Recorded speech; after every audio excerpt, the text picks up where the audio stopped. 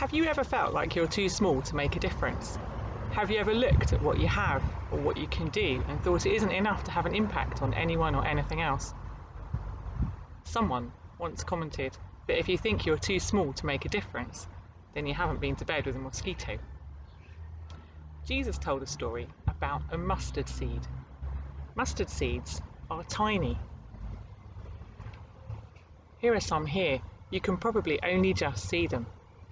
Amazingly, if I were to plant one of these in the right conditions, it would grow into a mighty tree, strong and able to live for a long, long time. These great trees are found throughout Africa and the Middle East and can survive on very little water, providing food and shelter for animals and birds for miles around.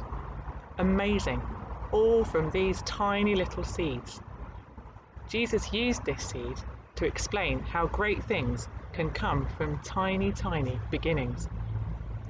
This week, we've got a couple of things that you can try at home to help us think about growing, planting some cress seeds and making a flower. If you have some cress seeds, then if you take a plate, any plate will do, and a piece of kitchen towel, or if you don't have kitchen towel, you can use cotton wool or some tissue. And then you just want to pour a little bit of water on your kitchen towel, just so it's a little bit damp. And then I'm going to sprinkle some cress seeds onto your kitchen towel. Now you can sprinkle them just like this, or if you're feeling creative, you could sprinkle them in the shape of the first letter of your name or a shape that you'd like it to be.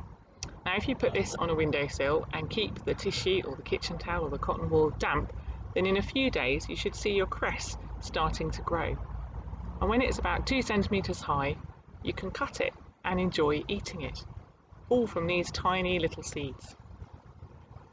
To make your flower, you're going to need a fork. Now, any fork will do, but the one with long prongs is really good.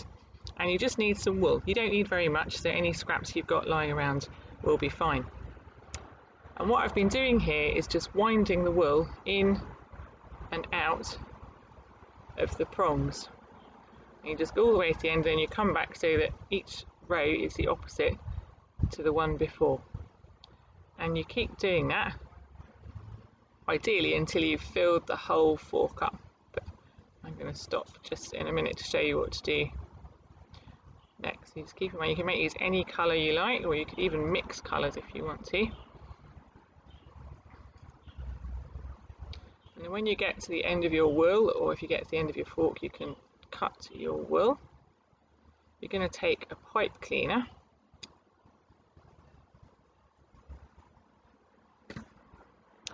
and you need to put the pipe cleaner through the fork below where you've got the string,